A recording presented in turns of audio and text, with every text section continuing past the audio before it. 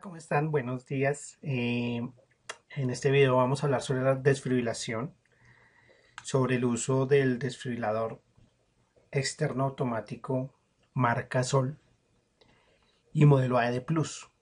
Es muy común en nuestro medio.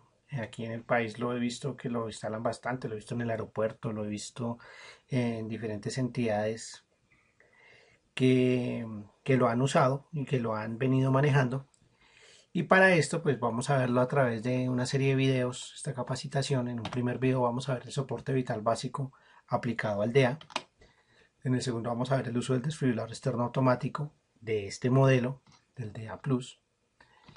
Luego, en el tercer video veremos la tecnología aplicada al DEA, cómo es su funcionamiento en cuanto a software y en cuanto a hardware, qué elementos lo constituyen, qué variables técnicas se hablan sobre este equipo en ese tercer video.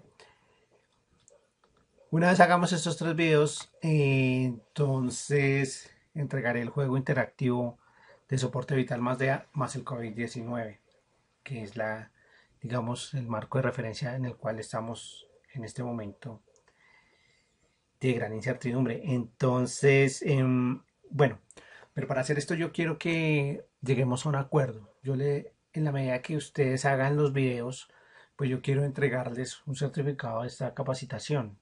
Entonces, las personas que se suscriban a vuelta de correo, yo les enviaré un formulario, el cual a ustedes al llenarlo y si lo contestan adecuadamente, pues obtendrán una certificación de uso de o sea, del uso de este desfibrilador y de la marca que estamos tratando, ¿no? Porque pues hay diferentes marcas, entonces si ustedes tienen otro tipo de marca, pues ya sería que se contacte conmigo para que hiciéramos un video sobre esa marca. Si yo la he manejado, pues con mucho gusto la podemos hacer.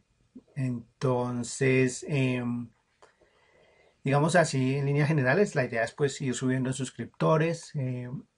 Es un gana y gana porque ustedes van a tener la certificación que actualmente se está solicitando y yo voy a pues a subir suscriptores, vamos a tener más visitas y es otra forma de educarnos de una manera digamos remota y digamos bastante asequible. No, digamos, lo único que en este momento se pediría es que por favor se suscriban, que le den un like, que lo compartan, que más personas tengan este conocimiento, porque es bien importante, digamos, es una necesidad que el uso de estos equipos actualmente en el siglo XXI los vamos a tener, como les digo, en muchos sitios, en estadios, en edificios donde trabajemos, en los colegios, en universidades, en sitios de gran afluencia al público. Entonces, esto hace que nosotros estemos, digamos, ya en este momento con ganas de capacitar a mucha gente y que mucha gente obtenga su certificado y digamos es de una manera entre comillas gratis, porque pues ustedes saben que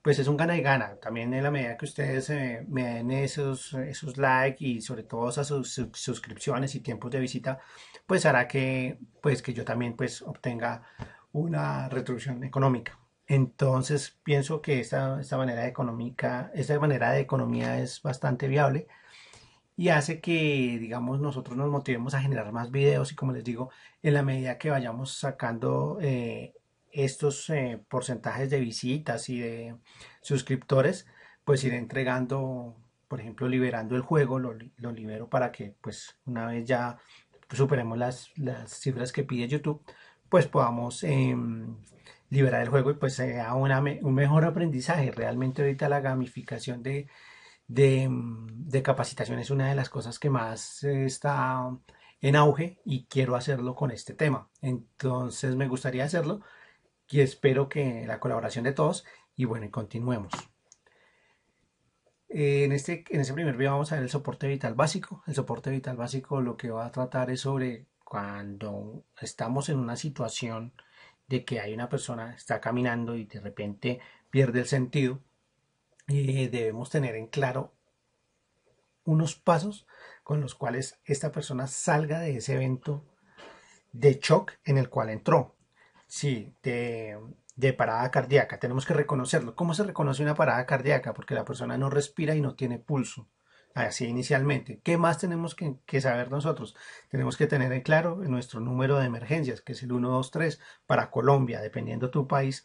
Así tienes que llamar a cada una de los sitios de emergencia. Esa ruta vital tenemos que tenerla clara. Una vez hemos llamado, tenemos que saber hacer RCP. ¿Qué es el RCP? La resucitación cardiopulmonar. La podemos hacer antiguamente, antes de que sucediera esta parte de la pandemia, esta situación de la pandemia, perdón.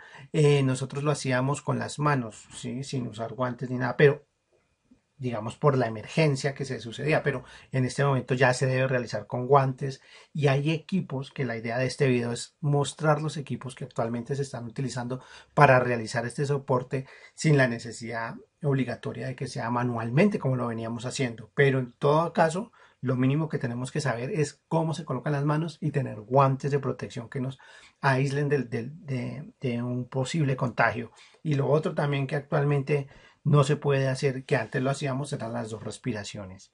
Entonces, digamos, hasta ahí ya vendría la parte del desfibrilador. Cuando ya entra el desfibrilador es cuando nosotros entramos a hacer la desfibrilación o la descarga eléctrica sobre el paciente con un equipo que está diseñado para que esas energías de liberación de descarga sea instantánea y adecuada dependiendo si es una persona adulta, si es una persona pediátrica, si es una persona infantil. Así va a determinar de los niveles de carga y esto va a hacer que la persona pues tenga un mayor porcentaje de sobrevida. Esto va a hacer que la persona la podamos pasar a un siguiente nivel que ya es una atención medicalizada cuando llega la ambulancia y ya nosotros la podemos entregar y él va a tener un porcentaje de sobrevida aproximadamente del 30 a un 50% mayor, así no se le hace. De esto trata el video. Si te gusta, pues quédate.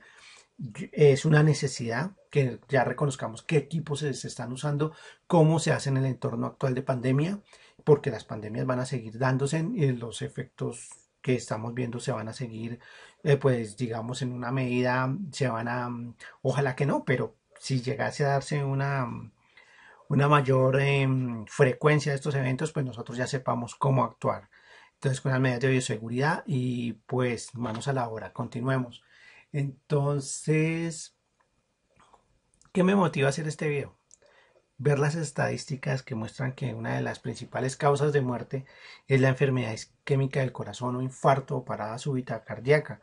Si ustedes se dan cuenta ahí en proporciones prácticamente son 5 veces mayor, casi digamos entre las dos primeras, vemos casi unas 16 veces mayor a cualquier otra enfermedad en el mundo. Hablamos de millones de muertos. Si sumamos las dos primeras son 16 millones de muertos para el año 2016, que fue la estadística de muertes que yo encontré en la OMS, que me parece, digamos, importante y seria de tomarla, ya que pues es una estadística que está en su página web. Cualquiera de nosotros que entremos a la página web podemos observar estos números y podemos ver esa diferencia tan grande numérica que nos hace como repensar las cosas. Si hay una manera de evitar, eso es como una segunda pandemia que estaba ahí oculta. Hay pandemias visibles como la del COVID y pandemias invisibles, ocultas, como esta que estaba pasando con el problema cardíaco. Entonces, hay una forma que ya nosotros tenemos como un tratamiento, una vacuna, pero no es una vacuna, pero sí es una forma de tratar cuando una persona entra en parada cardíaca, que es el soporte vital básico, las RCPs, ¿sí? Más la desfibrilación. Entonces, por eso traigo esa diapositiva. Y ahora bien, sumémosle lo que está sucediendo en el mundo con lo de la pandemia. Este es el gráfico de la Universidad Johns Hopkins, que yo creo que ya todos nosotros lo conocemos, lo hemos visto. Y bueno, al día que tomé el pantallazo, pues había 906.011 muertes. Sí, casi ya vamos para el millón de muertes. Entonces, si esto lo postergamos en el tiempo, ya vamos 6 meses de pandemia, y si lo postergamos en el tiempo, pues esta va a ser la mayor causa de muerte. Pero no por esto tenemos que olvidar las otras enfermedades. Como le digo, están las dos pandemias, la pandemia visible y la invisible, que cada una tiene su forma de tratamiento. Entonces me voy a quedar en las epidemias que estaban sucediendo antes de esta epidemia, que es las cardíacas. Para la resolución de este problema se ideó un algoritmo. Un algoritmo es una secuencia de pasos ordenada con la cual yo ejecuto una acción y generalmente esa acción va a dar como resultado una, una respuesta adecuada a un evento que se ha sucedido. En este caso, ¿qué es? La identificación del paro cardíaco. Entonces la persona, como hablábamos antes, no respira, no responde. ¿Qué debo hacer yo? Inmediatamente debo llamar al número telefónico de emergencias, ya sea por teléfono fijo, o sea por teléfono móvil. Tenemos que saber el número de emergencias de nuestro país. En Colombia es el 123, como vuelvo y repito. Y una vez hemos hecho la llamada y nos han atendido, entonces continuamos, solicitamos un desfibrilador que esté cerca. Entonces para esto nos apoyamos en otra persona para que lo traiga de la manera más rápida posible. Una vez hemos hecho ese llamado del desfibrilador, iniciamos la RCP. ¿Qué es la RCP? La RCP entonces es colocar nuestras manos sobre el paciente, si no tenemos ningún otro elemento, hasta ahorita no hemos hablado de qué otro elemento se pueden usar, ¿sí? Digamos en términos de prepandemias podríamos hacerlo con las manos, y colocarla sobre el pecho del paciente y empezar a hacer compresiones torácicas en una proporción de 100 por minuto, ¿sí? En una profundidad aproximadamente de 5 a 7 centímetros sobre el pecho del paciente. ¿Listo? Eso en los pacientes adultos. Una vez estamos haciendo nuestras compresiones torácicas y ha llegado el desfibrilador, nosotros lo conectamos al paciente y comprobamos su ritmo cardíaco. Bueno, nosotros no lo va a comprobar el desfibrilador. Él va a comprobarlo y cada 2 minutos, bueno, él lo comprueba y determina, hago el disparo de energía sobre el paciente o no lo hago. Si lo debo hacer, entonces nos debemos alejar. Si no lo debo hacer, entonces, ¿qué debo hacer? Debe continuar la RCP hasta que el paciente otra vez, digamos, llegue la ayuda medicalizada o no los cuidados básicos, sino los cuidados avanzados. Aquí tenemos, ¿sí? Es un ciclo que se está repitiendo ahí. Por eso el algoritmo es importante. Llamar al número de emergencias, si tú lo ves en el que vamos a tratar acá en este desfibrilador, entonces ahí vemos también en su interfaz gráfica de usuario, vemos, vemos esa rutina y es lo que vamos a hablar durante todo el video, pero vamos a agrandar mucho más el tema porque el tema tiene pues bastante que hacer. Como les digo, lo primero que uno hace es cuando ya llega el desfibrilador es colocar estos parches de paciente que acá se pueden observar. Vengan a ver, estos son los parches de paciente sobre el paciente, ¿sí? Ellos traen una cubierta protectora y una gel. Esa gel es la que definitivamente con el tiempo hay que cambiar. Por eso los parches traen un tiempo de caducidad, ¿sí? Aproximadamente, por ejemplo, en este modelo, aproximadamente son como 5 años que duran ellos una vez digamos, se han comprado. Entonces, esa es una variable importante en este momento. Si están vigentes los parches. La otra variable importante para nuestro desfibrilador es las baterías, que las baterías no tengan más de 2 años de uso. Entonces, para esto, cuando coloquen las baterías, también se debe colocar una fecha cuando fueron colocadas las baterías con un sticker. Entonces, eso es importante. Ya vamos a verlo en los próximos videos cómo se gestiona toda esta parte, pero por ahora quedémonos en nuestro imaginario, en nuestro conocimiento, qué cosas son importantes, tanto fecha de caducidad de los parches como fecha de colocación de las baterías. ¿Listo? Eso es así en este momento importantísimo, sea la E Plus o sea el desfibrilador que estemos usando, eso es muy importante. Hagamos un paréntesis. Entonces, hemos visto que la economía, la ciencia, la tecnología y la salud y la política son una sola.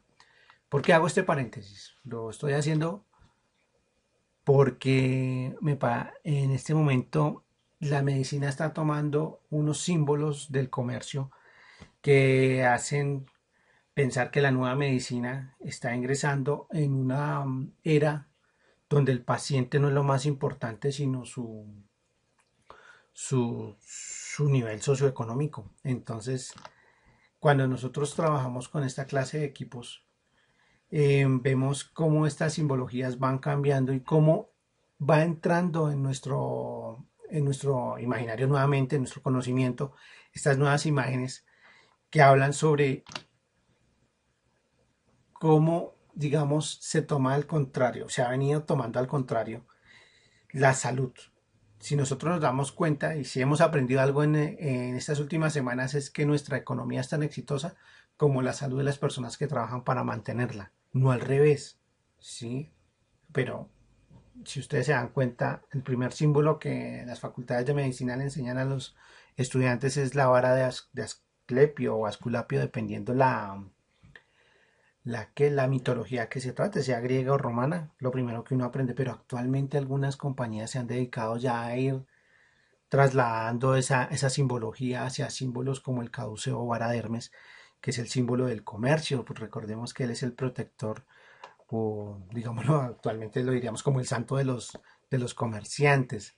Entonces, esa simbología, esos cambios que se están dando, están haciendo que la gente cada vez entre en unas dinámicas diferentes a lo que inicialmente se trató como una medicina curativa para todos.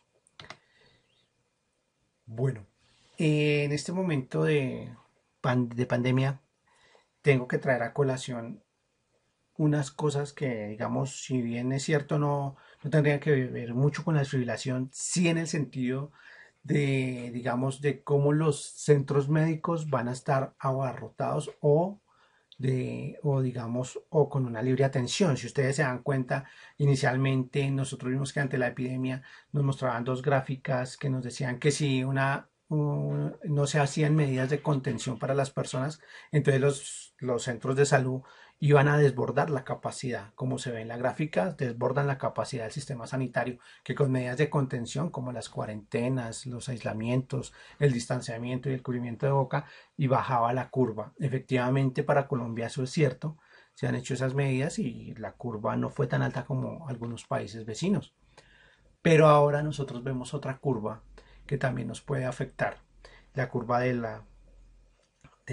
los rebrotes, que entonces ya no va a haber una sola curva que desborde el sistema de contención, sino que si se quitan muy rápido las medidas, pueden haber unas segundas curvas o terceras curvas que hagan que el sistema desborde. Entonces, tener muy en cuenta esto porque si nosotros llegamos y no sabemos qué hacer con un paciente que ha caído digamos, en la calle, en nuestra oficina, en el estadio, que ya se están volviendo a reabrir los diferentes centros masivos de público, entonces podríamos incurrir en ver que nuestros sistemas de salud estén colapsados. Entonces la idea de este video es esa, que nosotros evitemos y mejoremos la salud de las personas que han caído en una situación de falla cardíaca.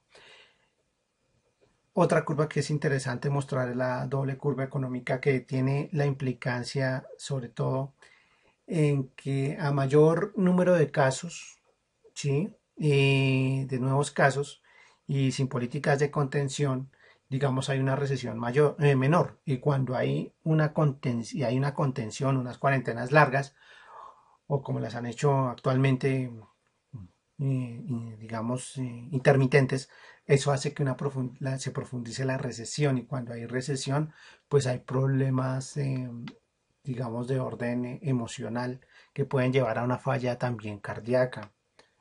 Sí, actualmente pues vemos eso, ¿no? Vemos que hay muchas personas que han perdido el trabajo, que han cerrado sus negocios, que digamos en cierta manera eso les va a afectar la salud mental y física.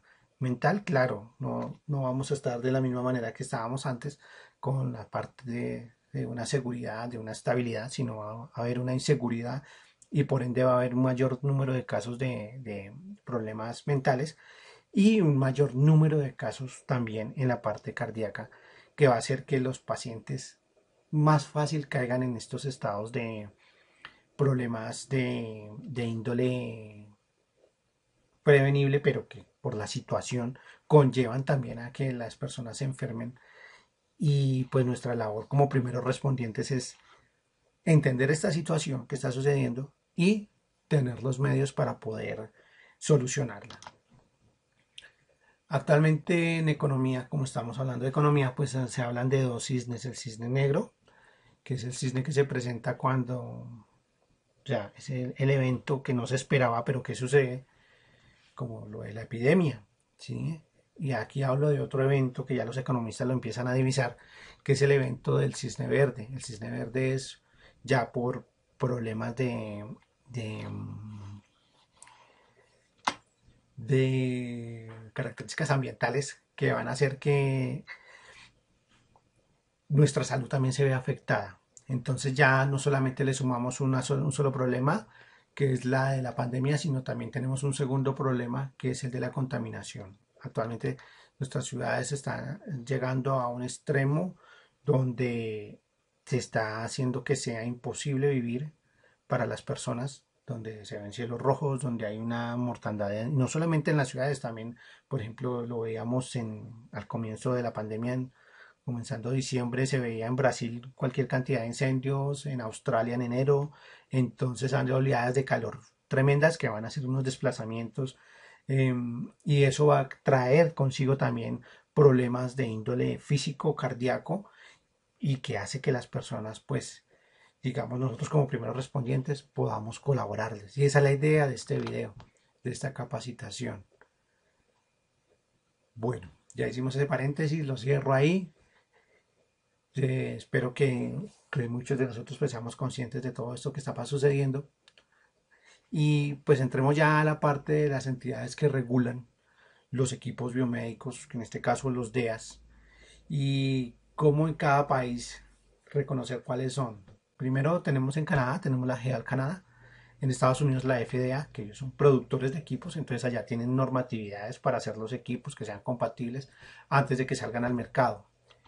Y ya en nuestros países, por ejemplo México, que es COFEPRIS, la entidad regulatoria, SECMED en Cuba, en Colombia INVIMA, en Brasil ANVISA y en Argentina ANMAT, son entidades que hacen esa regulación pero posmercado. Es decir, una vez el equipo ya está con el paciente, estas entidades se encargan de enviar esos documentos de evento adverso e informar a estas entidades, a la GEL Canadá y a la FDA, sobre los eventos adversos sobre los pacientes cuando ya se han colocado los equipos. Pues en este caso el desfibrilador, sea un ventilador, sea un electrocardiógrafo.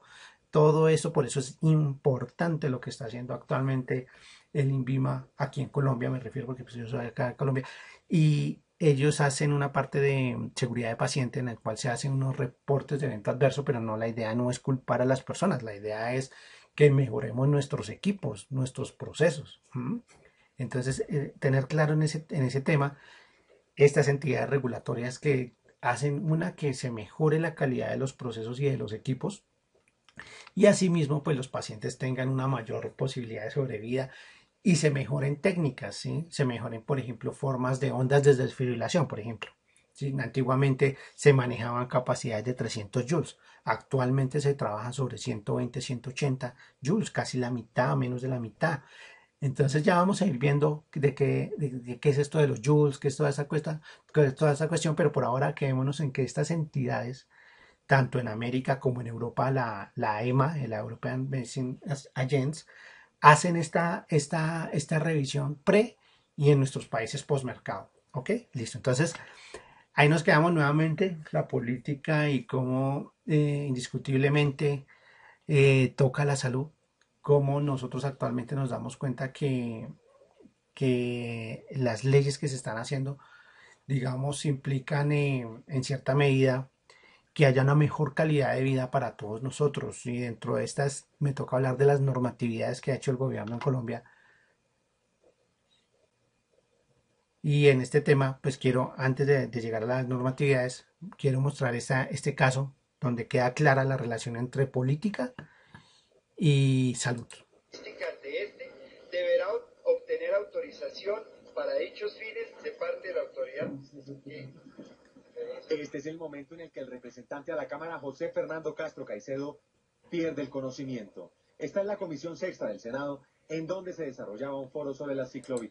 Como vemos, es un evento insofacto. La persona no sabemos si perdió el conocimiento, si tiene un mareo o si tiene una falla cardíaca. En medio de su intervención se sintió mal, dolencias que terminaron con su vida. Sufrió 3 paros cardiorrespiratorios. Los senadores Iván Moreno, Carlos Julio González y el representante Roy Barreras Médicos de profesión lo auxiliaron con masajes en el pecho y respiración asistida hasta que recuperó los signos vitales. Sin embargo, Acá vemos la situación totalmente inesperada, de la situación donde no funcionan ni siquiera los ascensores y vemos digamos, que nos puede suceder a cualquiera de nosotros. Por eso la importancia de que estas leyes ya se promulguen y se empiece a dar las capacitaciones y se empiece a sensibilizar a las personas sobre el manejo y la necesidad de estos equipos para cada una de las entidades que así lo requieran. los ascensores del Congreso no funcionaron. No había ambulancias en el legislativo y tuvo que ser trasladado en una camioneta asignada para su seguridad. De allí fue trasladado a la clínica Santa Clara, en donde fue estabilizado, pero en la tarde su salud empeoró.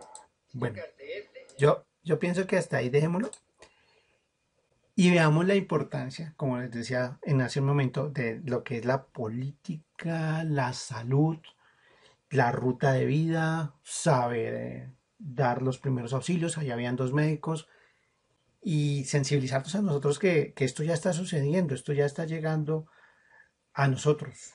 Y como les digo, la idea de este video es que nosotros podamos desarrollarlo de una manera adecuada. Entonces, bueno, volviendo. La ley 1831 del 2 de mayo de 2017 fue una ley que en su momento la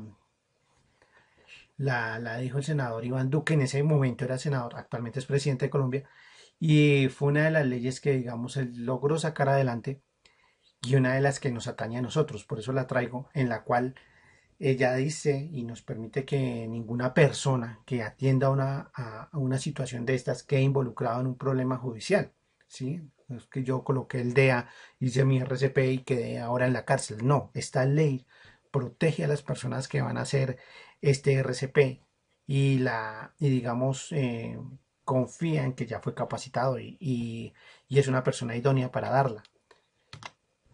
Luego sale sale el decreto con el cual dice que a partir de más o menos de febrero del 2020 ya tenía que estar implementado todos los desfibriladores en las zonas en las zonas de alta afluencia de público, estadios, universidades, colegios, eh, sitios de transporte masivo, infinidad de cosas, pero debido a la pandemia, pues obviamente eso pudo haberse prorrogado, pero pues la necesidad está ahí y ahorita que volvemos a salir nuevamente de nuestras cuarentenas, esto va a ser otra vez, va a ser primordial. Y por último, mirar la resolución 3316 de 2019, que también lo que habla es sobre cómo se va a capacitar a las personas, sobre la necesidad de que informen sobre eventos adversos, sobre los equipos. De hecho, trae pues unos formatos, los cuales si ustedes gustan, yo les puedo colaborar, lo hacemos para que pues cumplan según la normatividad de Colombia eh, pues toda la reglamentación cuanto de sus equipos. Bueno, de esas leyes, normas, decretos, resoluciones, salen dos cosas importantes a saber. Una es la cadena de supervivencia. La cadena de supervivencia es esa serie de pasos que tengo que dar para que una persona tenga un porcentaje de sobrevida mayor cuando tiene un ataque cardíaco. Entonces, la primera parte de eso es asegurar la escena y determinar el estado de conciencia. El segundo es activar el sistema de emergencias. La tercera es la reanimación cardiopulmonar asistida, ¿sí? Con énfasis en compresiones torácicas. La cuarta es la desfibrilación rápida y hasta ahí llegamos nosotros. Cuando ya viene el soporte vital avanzado, nosotros daremos el soporte vital básico, pero el soporte vital avanzado lo dan personal paramédico y ahí ya debe ir a la sala de cuidados posparo cardíaco, ¿sí? Que ya es intramuralmente en un hospital. Entonces esa cadena no la tenemos que aprender, tenemos que sabérnosla y tenemos que saberla hacer para que la persona sobreviva. Puede ser un familiar, puede ser un amigo, puede ser un desconocido al cual debemos brindarle esta cadena de supervivencia. Entonces, de las leyes, quiero que se quede esta imagen, que es la cadena de supervivencia. Y la siguiente imagen que también habla de esas leyes es la zona cardioprotegida, la identificación, la georreferenciación, ¿sí? Supremamente importante. Si hay algo importante actualmente es georreferenciar dónde están ubicados los desfibriladores más cercanos, en que en caso de parada cardíaca nosotros podamos saber y en el menor tiempo posible colocarle el desfibrilador a la persona que está siendo afectada, una vez se haya determinado que así lo requiere. Una vez nosotros hemos hecho estas evaluaciones y ya vimos la parte de normativa, ahora vamos a entrar a la parte ya tecnológica, la parte, digamos, quién dio el aval en Colombia para que los desfibriladores fueran, digamos, de una manera como estábamos hablando de economía, sean, tengan un costo-beneficio adecuado. Eso lo hizo el Instituto de Evaluación en Tecnología de Salud, acá en el caso de Colombia. Ellos hicieron un estudio y hicieron que una persona que cae en colapso, pérdida de la conciencia y pulso, o que esa es la identificación, si no tiene conciencia, si no tiene pulso, sabemos que ya es un caso para desfibrilación. Entonces lo que hicieron inicialmente fue lo siguiente, lo hicieron por reanimación básica y encontraron que la persona, bueno, lo hicieron con reanimación básica y lo hicieron con reanimación con DEA. Con reanimación básica, las personas generalmente pasa lo del video. El nivel de supervivencia es muy bajo y a la alta hospitalaria también es bajo. Entonces, se dieron cuenta que esta situación se puede remediar casi un 50% si se aplican los DEAs. Entonces la sobrevivencia es mucho más alta, como les digo, casi en un 50%, de un 30 a 50% es más alta. Sobrevive a la alta hospitalaria, es decir, que cuando llegan los cuidados avanzados, la persona sobrevive, tiene una tasa de sobrevivencia mejor y la muerte es mucho más baja. Entonces, eso fue lo que hizo el Instituto de Tecnología de Salud para determinar que fuera costo efectivo mayor. Aquí vemos la gráfica que ellos entregan en su guía, en sus estudios que hicieron, y nos damos cuenta que a partir de, de aproximadamente los 5 millones de pesos ya empieza a haber una sobrevivencia mayor, ¿sí? Lo que vale más o menos el desfibrilador. ¿Sí? Y cómo cae, la línea recta es la reanimación con desfibrilación automática y la línea punteada es cuando no tenemos la desfibrilación. Entonces vemos que inmediatamente el nivel de sobrevivencia baja y es costo efectivo. A posteriori sale más caro tener una persona en una sala de cuidados intensivos que queda como un vegetal a una persona que la logramos otra vez reanimar sin necesidad de que llegue a tener unos cuidados intensivos tan postergados y tan costosos. Bueno, entonces las asociaciones, ya vamos a irnos enmarcando más hacia adentro. Es más hacia adentro en cuanto a las asociaciones que hablan sobre el cuidado de la salud cardíaca. Entonces, en Estados Unidos tenemos la American Heart Association o AHA y en Europa tenemos la European Resuscitation Council, la ERC. Ellas son supremamente importantes ya que dictan esos lineamientos, esas guías de buenas prácticas para las personas que tienen un evento cardíaco inesperado o fulminante. Entonces veíamos que hasta el año 2010 se hacía mucho énfasis en la vía aérea, ¿sí? En la parte de la respiración, dar respiración boca a boca y luego, por último, las compresiones torácicas. A partir del año 2010, eso ya empieza, perdón, a partir del año 2015 ya se empieza a reevaluar esa metodología y se empieza a ver que lo más importante en este momento son las compresiones torácicas, ¿sí? Luego abrir la vía aérea y por último las respiraciones, que en este momento no las podemos dar boca a boca. Y en ese sentido, la AHA, aquí vemos su logo en el American Heart Association, dice que primero la circulación, las compresiones fuertes sobre el pecho, luego abrir la vía aérea y luego darle una buena respiración. Pero en este momento de pandemia, esta ya no la podemos hacer como la veníamos haciendo antiguamente. Ya tenemos que utilizar un balón de ventilación. Que normalmente es de marca Ambu, le dicen el Ambu, pero es un balón de ventilación o respirador. Tenemos un comparativo, nuevamente el algoritmo del soporte vital básico hasta 2010. Entonces decía que si la persona no respondía, teníamos que pedir ayuda. Abríamos la vía aérea. Si no respira normalmente, hacíamos la llamada en este caso dice que el 112, pero no, aquí en Colombia es el 123. Dábamos las 30 compresiones torácicas y 2 ventilaciones boca a boca y 30 compresiones. Entonces, ya en 2015 ese algoritmo cambió por el que hablábamos inicialmente. Si no responde y no respira con normalidad, identificamos un paro cardíaco. ¿Ok? Llamamos inicialmente al servicio de emergencias, como lo dije inicialmente, teníamos que llamar al 123, luego damos las 30 compresiones torácicas y 2 respiraciones de rescate. Luego continuamos con RCP 32 y una vez llega el DEA, nosotros lo encendemos y seguimos las instrucciones del DEA.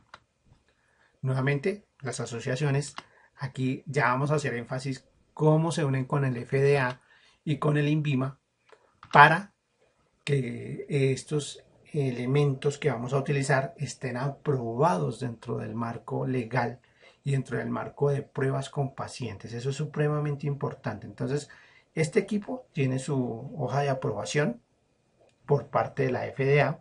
Aquí la tengo, se consigue en internet. Uno a la FDA, coloca la EO Plus y nos sale el reporte de la hoja de aprobación del equipo. En Colombia tenemos el registro INVIMA, que es el documento legal por el cual un equipo se puede comercializar. Como se dan cuenta aquí lo que hablaba de la postventa.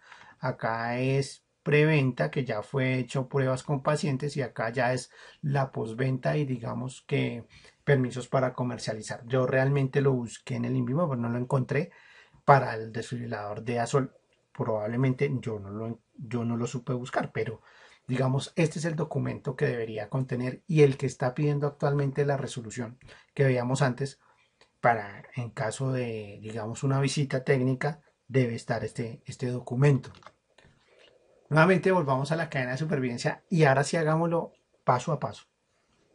Primero vamos a asegurar la escena y ahí voy a quedarme en este momento. Voy a asegurar la escena y determinar el estado de conciencia de la persona. Esos dos puntos, asegurar la escena y determinar el estado de conciencia. Entonces, debe ser personal con formación en soporte vital básico, que se conoce como primer respondiente. Entonces puede ser un policía, puede ser un bombero, puede ser una persona de la defensa civil, puede ser nuestro socorrista en el caso de las oficinas acá en Colombia, puede ser una persona con un conocimiento de primeros auxilios, la que va a hacer esta atención. ¿Qué tenemos que hacer? Entonces vamos a hacer una evaluación del entorno y del paciente, pero cuidado, tenemos un tiempo.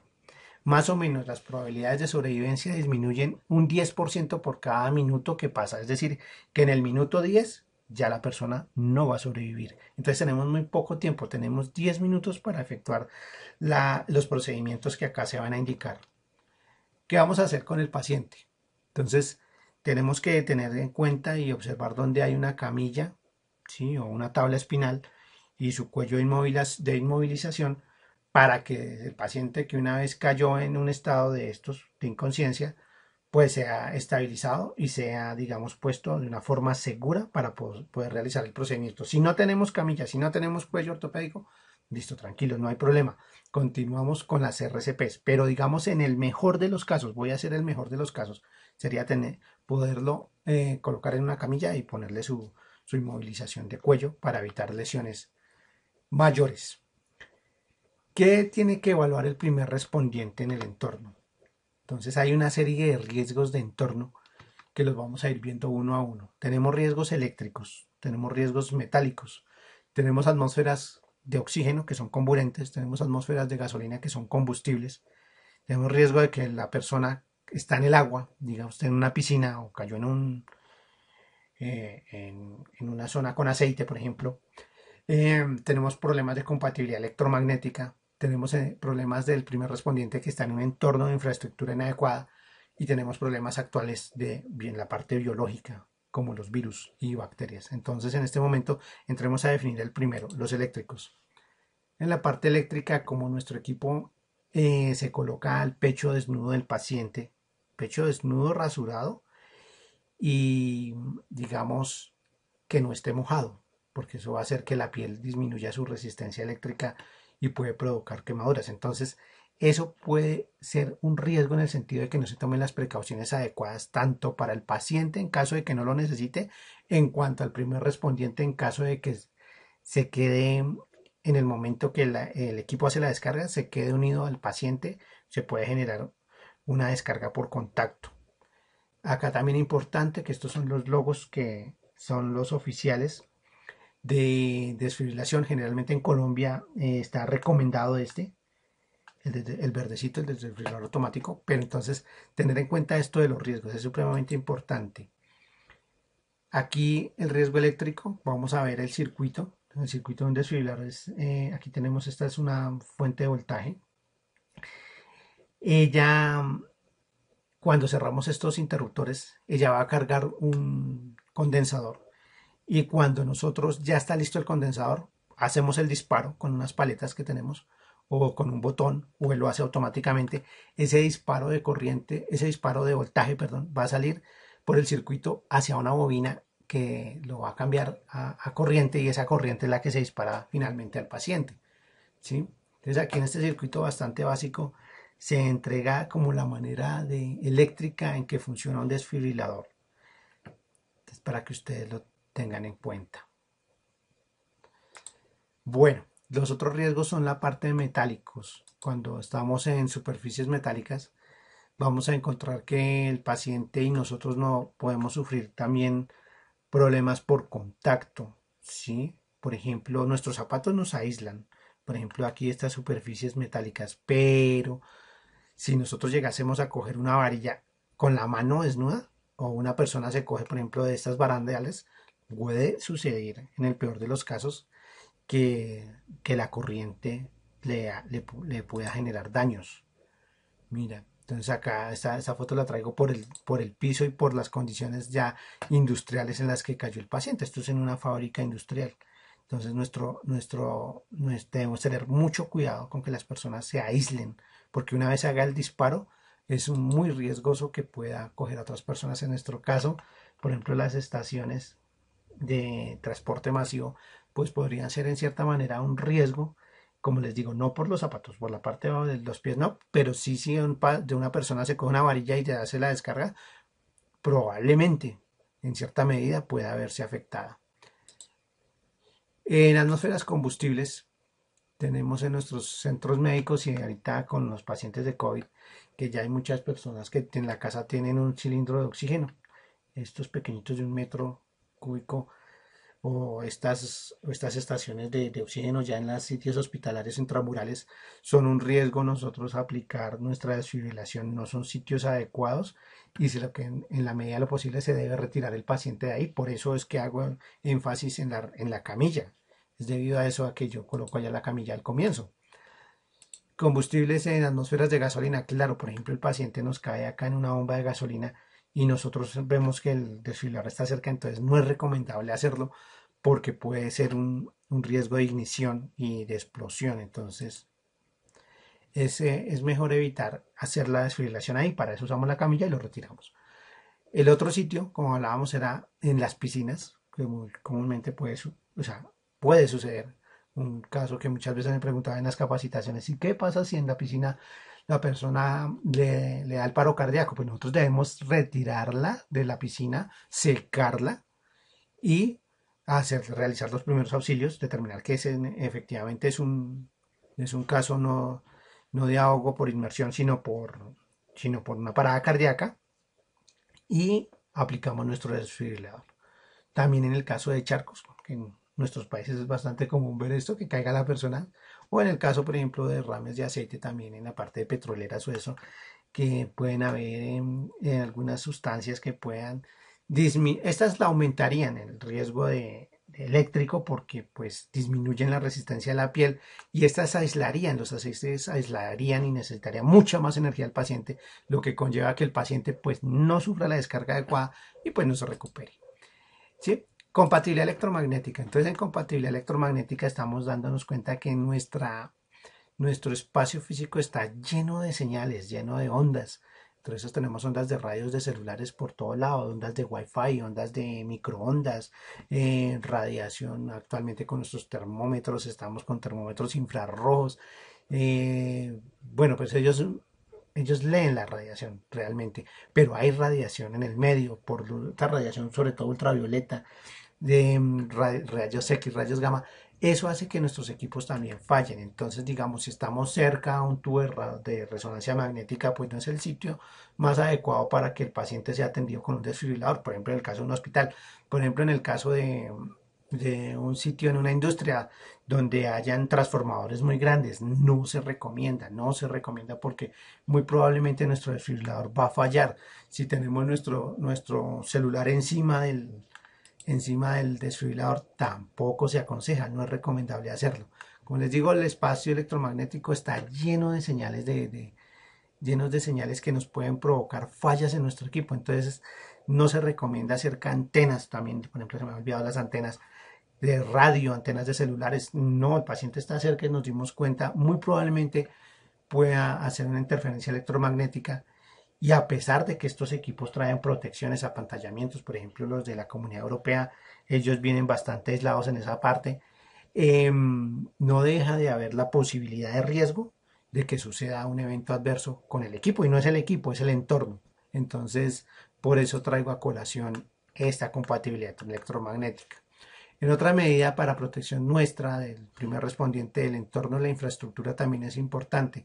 Imagínense acá este señor socorrista, el experimento que está haciendo de, digamos, explosión, pero es una explosión controlada, pero digamos en caso de explosión, si un primer respondiente ve a un paciente, y yo creo que es lógico, no hacer la atención en una situación donde el primer respondiente quede en riesgo en cuanto a estructuras que se estén cayendo o, o paredes que estén, digamos, de una manera que estén peligrosas para ese primer respondiente. Entonces, esa es la evaluación de entorno que hablo yo ahí en infraestructura.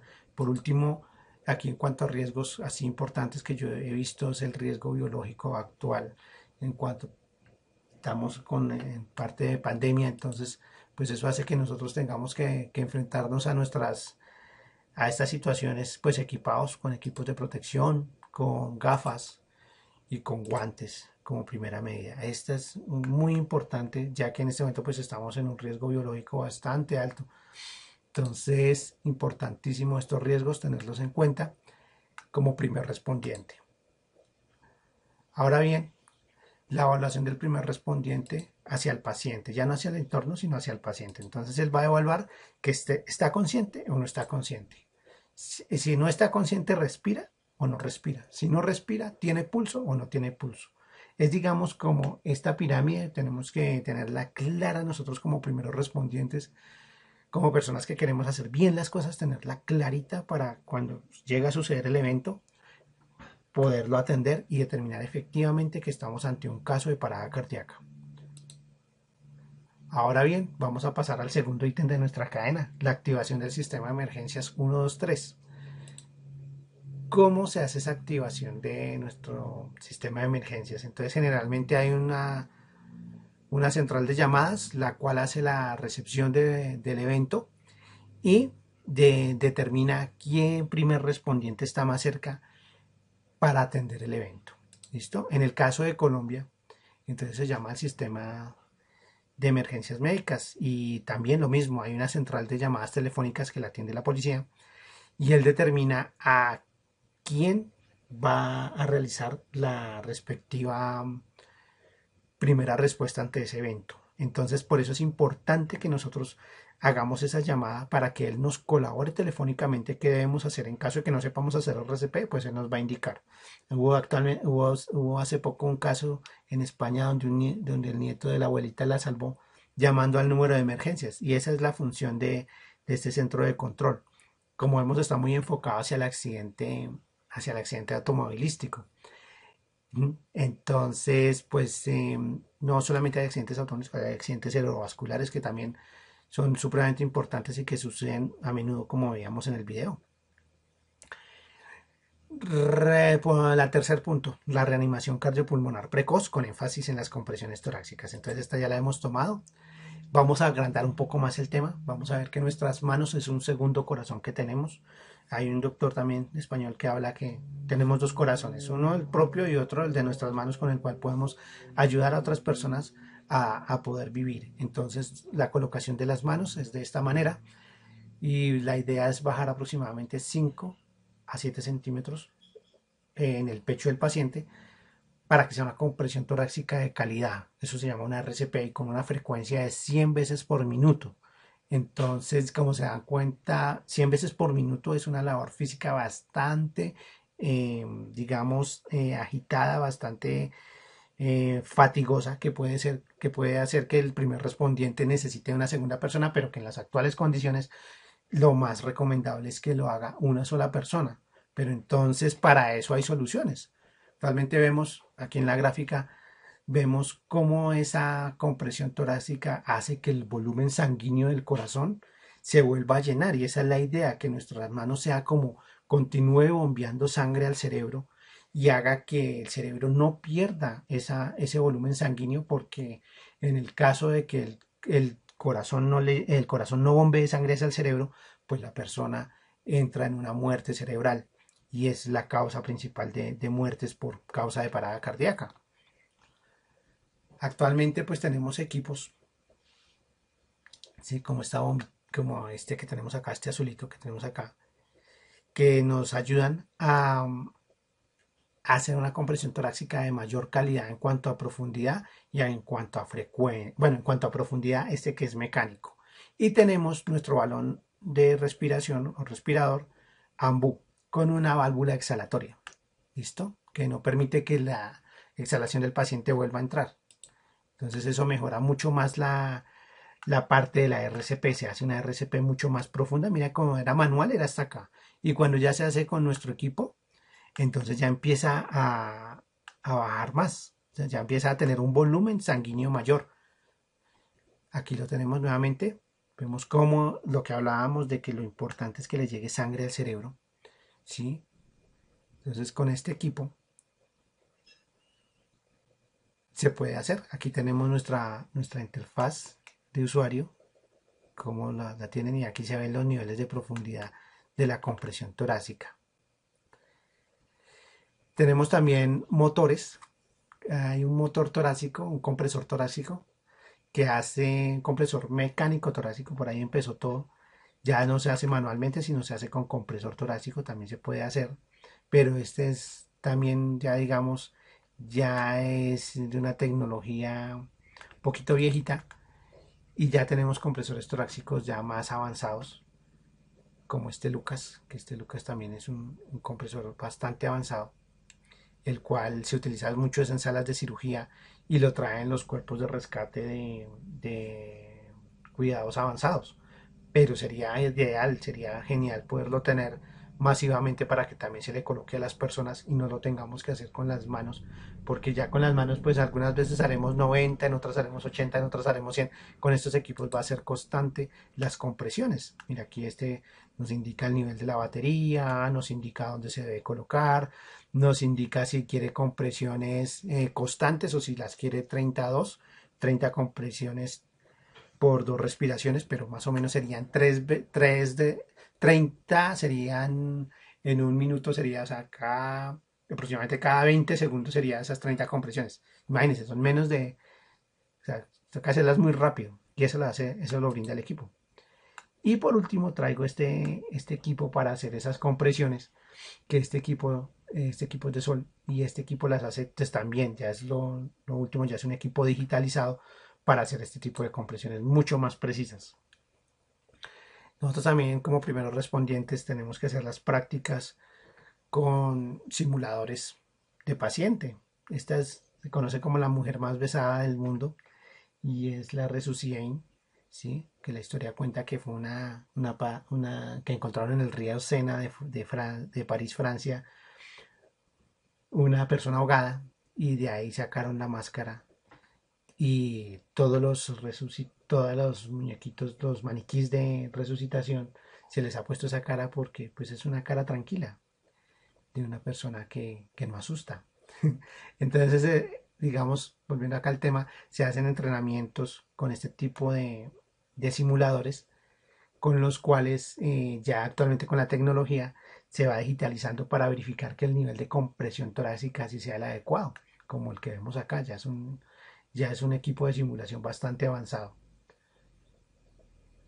Tenemos por último lo del riesgo biológico y cómo lo vamos a tratar actualmente en la parte de nuestro primer respondiente y nuestra RCP. Entonces dicen que las recomendaciones internacionales para primeros respondientes no sanitarios son las siguientes. Como hablábamos anteriormente, equipo de protección filtrante, gafas de protección y guantes de protección.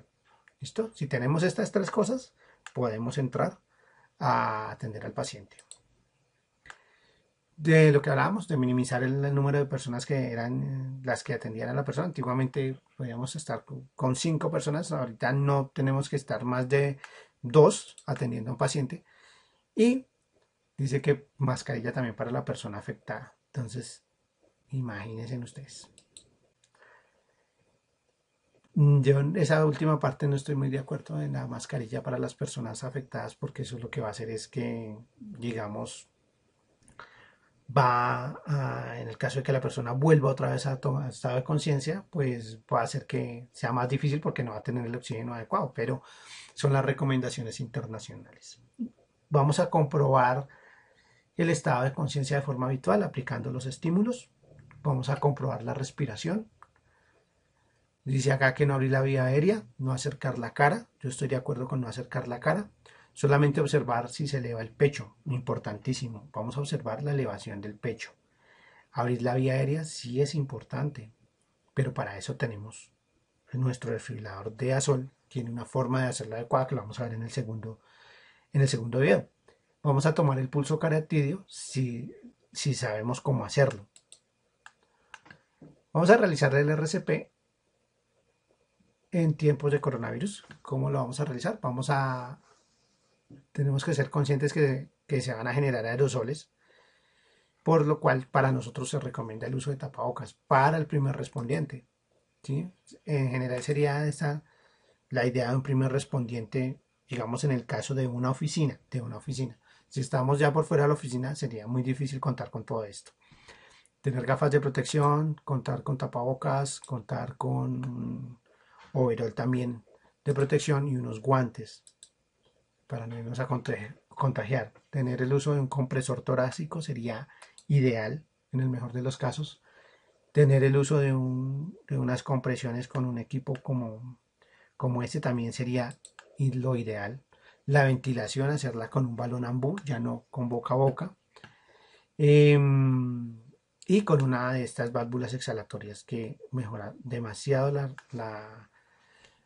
la respuesta y la mejora del paciente. Ahora vamos a pasar a lo que es la desfibrilación rápida en tiempos de coronavirus, y la desfibrilación rápida se hace sin ninguna otra contraindicación, como se venía haciendo. Se coloca el equipo, se le coloca, que es lo que vamos a ver en el segundo video, cómo se coloca el equipo, el de Azol, y lo vamos a realizar de forma normal. Siempre nosotros tener cuidado con los EPIs que utilizamos, nuestros equipos de protección individual, de lavarnos las manos y bueno, y tener pues los cuidados adecuados para que no vayamos a ser contagiados al atender uno de estas personas que ha tenido una falla cardíaca. Respiración rápida. Y vamos a pasar a desfibrilación rápida en el segundo video.